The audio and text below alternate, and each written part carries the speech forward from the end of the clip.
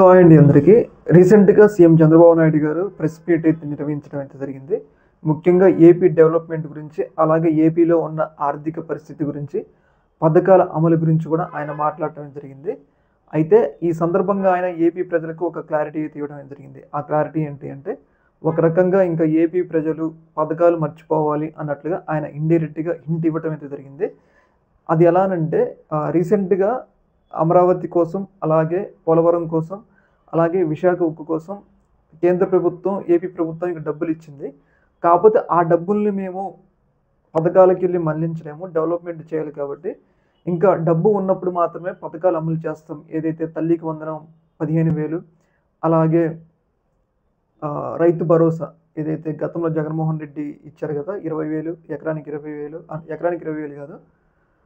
రైతు ఉంటే రైతుకి 20,000 ఇవ్వడం జరిగింది కదా! అయితే దాని మీద ఒక రకంగా క్లారిటీ ఇచ్చారు. ఏందంటే గతంలో జగన్మోహన్ రెడ్డి ఉన్నప్పుడు ఇంక రాష్ట్రం తీసుకొచ్చిన అప్పుల వల్లే ఆ అప్పులు కట్టడానికి ఇప్పుడు వడ్డీలు చెల్లిస్తున్నాం అన్నట్లుగా ఆయన మాట్లాడటం జరిగింది. దీనిలో భాగంగా బీహార్ కంటే ఏపీ యొక్క ఆర్థిక పరిస్థితి దిగజారింది.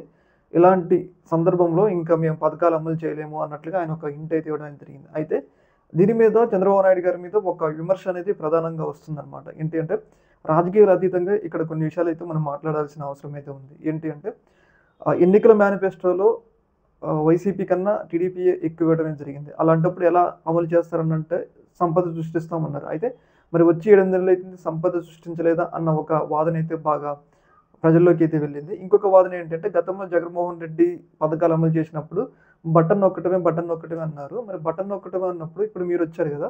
మీరు కూడా బటన్ నొక్కొచ్చు కదా! అన్న ఒక అభిప్రాయం కూడా చంద్రబాబు నాయుడు గారి మీద వస్తా ఉంది. గతంలో జగన్మోహన్ రెడ్డి బటన్ నొక్కినప్పుడు మూలనున్న ముసలమ్మ కూడా బటన్ నొక్కుతదన్నారు.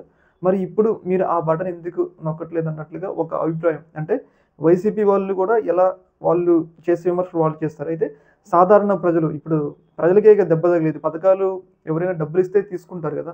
ఆ డబ్బులు ఇవ్వనప్పుడు ఎవరు దానికి బాధ్యులుగా ఉంటారు? ప్రజలే. ప్రజలే ఒక రకంగా చంద్రబాబు నాయుడు గారిని అడుగుతున్నారు. ఏంటంటే మరి మీరు ఇప్పుడు బటన్ నొక్కొచ్చు గానీ, ఏదేమైనా గానీ చంద్రబాబు నాయుడు గారు మాత్రం ఏపీ ప్రజలకి ఒక హింట్ అయితే ఇవ్వడం జరిగింది. ఇంక ఇప్పట్లో పథకాలైతే అమలు ఉండవు అని చెప్పేసి ఆయన చెప్పడం జరిగింది. ఈ యొక్క ఇష్యూలో మీ యొక్క అభిప్రాయం అయితే తెలియజేయండి. ఓకే మరి. థాంక్స్.